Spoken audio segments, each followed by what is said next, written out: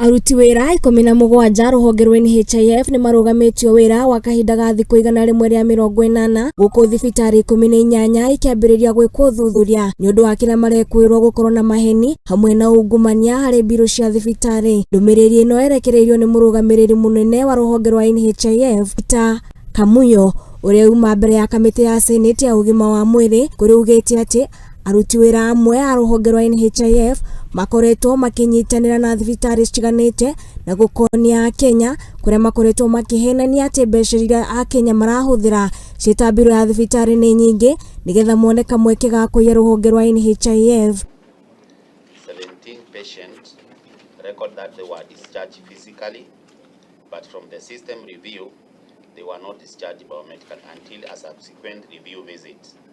This led to fraudulent claiming the inpatient admission over and above the surgical package. Ni nyumba cia mohoro ukiononia uria aruti wira ruhonge rwa NHIF makoretwo makinyitanira na andu a thibitari cia kiumbe hamwe na thibitari cia thirikari na kuya ruhonge riu ruhonge rwa NHIF rwitikiritio uhoro uyu wakiuga ati aruti wira ayo ni makoretwo makiruta mawira macio na riu uthuthuria ni wambikitwo. Health facilities after the lapse of the 90 days on findings or not. Honorable Chair and honorable members, our straight answer is yes.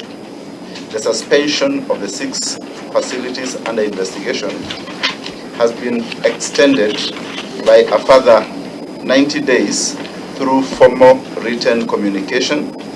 The extension was recommended by the NHIF Board Audit Committee. Kamiti yo ni endire kumenya kana ruhonge rwa NHIF ruramukurite riboti yothe igie ugima wa mwiri na kuria riboti ino icokirio.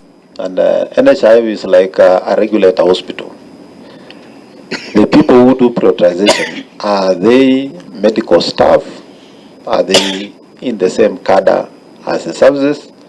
And we shall be asking within your personnel in terms of staffing, how many of your staff are medical trained officers and what cadres and what are their responsibilities, and we shall be thibitari wa afya bora no mwene thibitari urakuruhanio na giko giki ni ureganite na thitango ino na kiuga ati ni ritwa rathukirio na murugamiriri munene wa thibitari no ya afya bora ugite ati ni haririe kunyitanira na thirikari o hamwe na maafitha uthuthuria niguo kuonania thibitari wake nduri na mahitia o mothe. Story which lasted 90 minutes. Afya Bora Hospital was mentioned for 2 minutes, where the journalists alleged that they met some people in Meru County who were allegedly conducting a medical camp.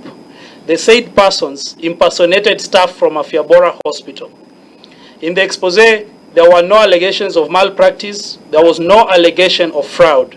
Gukinyaneria na riu ruhonge rwa NHIF niruthiite hathara ya bilioni 6 atagati ka mwaka wa kigina o mwaka wa 2020 undumwe na mwaka wa 2023 handu-ini ha Muthingi TV ni Gukinyaneria wa Njogu.